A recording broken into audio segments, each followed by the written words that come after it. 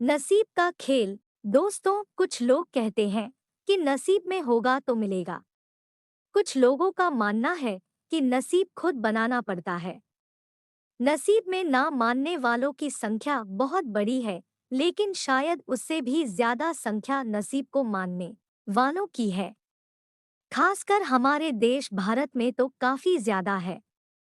आज नसीब के बारे में इतनी बातें इसलिए क्योंकि आज की कहानी, जिसका शीर्षक है नसीब का खेल, उसी विषय पर आधारित है।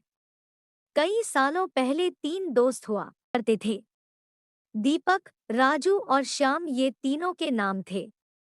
दीपक और राजू अच्छे खासे धनवान परिवार से ताल्लुक रखते थे। श्याम बेहद गरीब और साधारण परिवार का था।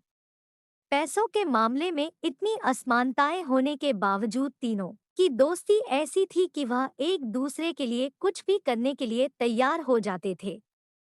दोनों धनवान दोस्तों ने अपने गरीब दोस्त की परिस्थिति बदलने के लिए उसकी कई बार मदद की थी, लेकिन उसकी परिस्थिति में कोई भी बदलाव नहीं होता था। वह कहते हैं ना कि समय से पहले और नसीब से ज्यादा किसी को कुछ नहीं मिलता, बस ऐसा ही कुछ श्याम के साथ होता था। तीनों ही जवान हो गए। दोनों धनवान दोस्त अपना अपना व्यापार अच्छे से करने लगे और पहले से भी ज्यादा धनवान बनते चले गए। श्याम की हालत बद से बदतर होती गई। अपने दोस्त की बिगड़ती हुई हालत देखकर दीपक और राजू ने उसके लिए कुछ करने का फैसला किया। दोनों ने 100 सोने के सिक्के एक थैली में रखे और शाम देते हुए कहा, तुम इनसे कोई व्यापार शुरू करो और पैसे कमाओ और अपनी गरीबी दूर करो। शाम ने उन 200 सिक्कों में से 5 सिक्के घर खर्च के लिए निकाले और बाकी के 195 सिक्के अपनी पगड़ी में बांधकर शहर की तरफ जाने लगा, ताकि वहां जाकर व्यापार के लिए कुछ जरूरी चीजें ला सके। वो गांव से कुछ दूर ही पहुंचा था कि आसमान से एक चील उड़ती हुई आई और उसकी पगड़ी उड़ा कर ले गई। श्याम ने उसका काफी पीछा किया, लेकिन चील इतनी ऊंची और तेज उड़ी कि उसको आखिरकार हार मानकर अपने घर लौटना पड़ा। कुछ दिन बीतने के बाद जब दीपक और राजू श्याम की हालत का जायजा लेने के लिए उसके घर गए तो उन्हें श्याम की हालत में रत्ती भर का भी फर्क नजर नहीं आया। पूछने पर श्याम ने सारी हकीकत दोनों को बता दी। राजू को उसकी बातों पर भरोसा नहीं हुआ, लेकिन दीपक ने उसका विश्वास कर लिया। दीपक ने फिर से उसे 200 सोने के सिक्के दिए और बोला, फिर से कोशिश करो। दीपक और राजू के जाने के बाद श्याम ने सोचा कि अभी काफी रात हो गई है, इसलिए सिक्कों को कहीं छुपा देता हूँ ताकि कोई चोर उन्हें चुरा ना सके। कल शहर जाकर कोई धंधा शुरू करूंगा।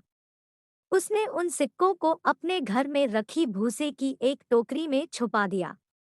शाम सुबह नींद से जागा और सीधा उस भूसे की टोकरी की तरफ गया जहां उसने सिक्के छुपाए थे। उसने घर में काफी ढूंढा, लेकिन उसे वह भूसे की टोकरी कहीं नहीं दिखाई दी। उसने अपनी माँ से पूछा तो माँ ने बताया कि उसे सब्जी खरीदनी थी और घर में पैसे नहीं थे, इसलिए उसने उस भूसे की टोकरी के बदले सब्जी खरीद ली। शाम आखिर करता भी क्या? वह अपनी किस्मत को कोसता रह गया। फिर से कुछ दिनों बाद दीपक और राजू श्याम को मिलने आए, तब भी उन्हें उसकी परिस्थिति बदली हुई नजर नहीं आई, बल्कि इस बार तो उसकी हालत और ज्यादा खराब हो गई थी। उसके कपड़े फट चुके थे और घर में कपड़े सीने के लिए सुई तक नहीं थी। दीपक और राजू के पूछने से पहले ही श्याम ने अपने साथ घटित हुई घटना के बारे में सब कुछ सच सच दोनों को बता दिया। वह बोला कि तुम लोग मेरी मदद करना छोड़ दो। अब तो मुझे भी लगता है कि मेरी किस्मत में धनवान बनना लिखा ही नहीं है। मेरी वजह से तुम्हारा भी काफी नुकसान होता रहता है। राजू को अपने दोस्त की ऐसी हालत देख उस पर दया आ गई, लेकिन वह जानता था कि वह चाहे कितनी भी उसकी मदद करने की कोशिश करे, उसका परिणाम बिल्कुल निष्फल रहता है। इसलिए वह तुरंत बाजार जाकर एक सुई खरीद कर लाया और उसने श्याम को वह सुई दे दी। राजू और दीपक के जाने के बाद श्याम ने अपनी माँ से कहकर अपने फटे कपड़े सिलवा लिए। उसी रोज उनके पड़ोस में रह रहे मछुआरे की बीवी उनके घर आई और सुई मांगने लगी। वह बोली, मेरे पति को मछलियां पकड़ने जाना है, लेकिन हमारा मछली पकड़ने का जाल कई जगह से फट चुका है। अगर आपके पास सुई है तो मेरी मदद कर दीजिए, इसके बदले में मैं आपको एक अच्छी सी मछली देकर जाऊंगी। शाम की माँ ने उस महिला को सुई दे दी।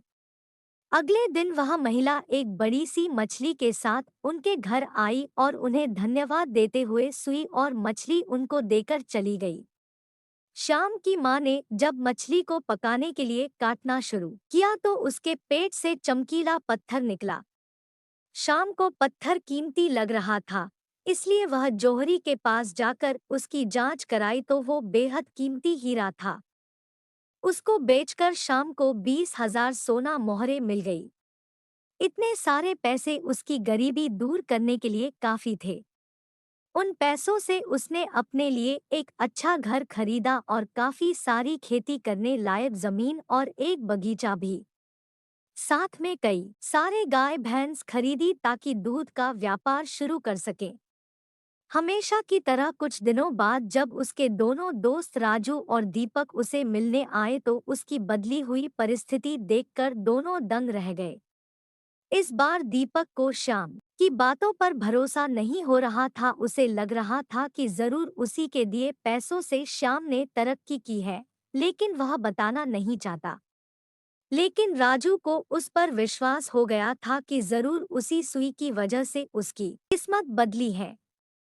श्याम अपने दोनों दोस्तों को अपने खेतों में घुमाने ले गया और बाद में अपने बागीचे में। वहां पर कुछ बच्चे पहले से एक पेड़ पर चढ़कर फल तोड़ने की कोशिश कर रहे थे।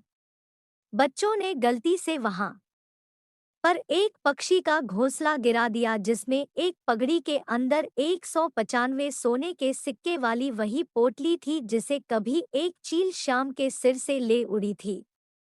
उसे लेकर जब तीनों दोस्त घर को लौटे तब शाम की माँ गाय भैंसों को भूसा खिला रही थी और उसी दौरान भूसे की एक टोकरी से वह 200 सोने के सिक्के भी निकले जो शाम ने कभी अपने पुराने घर में भूसे की टोकरी में छिपाए थे। उसकी किस्मत कुछ ऐसा खेल खेल रही थी कि उसके हक की सारी चीजें और खुशियां उसके पास लौटकर आ रही थी। नसीब चमकने की वजह से शाम तो खुश था ही, लेकिन उससे भी ज्यादा खुश थे उसके दोनों अच्छे और सच्चे मित्र। दोस्तों, अंत में इतना ही कहूंगा कि यदि आपके हक में कोई चीज है तो वह एक ना एक दिन आपको जरूर मिलेगी और अपने सही समय पर मिलेगी। दोस्तों, नसीब का खेल ये हिंदी कहानी आपको कैसी लगी? आप अपने विचार कमेंट बॉक्स में जरूर बताइएगा। ऐसी और मजेदार प्रेरक कहानियां हर दिन सुनने के लिए आप इस चैनल को सब्सक्राइब कर लीजिए और साथ ही वीडियो पसंद आया हो तो वीडियो को लाइक और अपने दोस्तों और परिवार रिश्तेदारों के साथ शेयर कीजिए।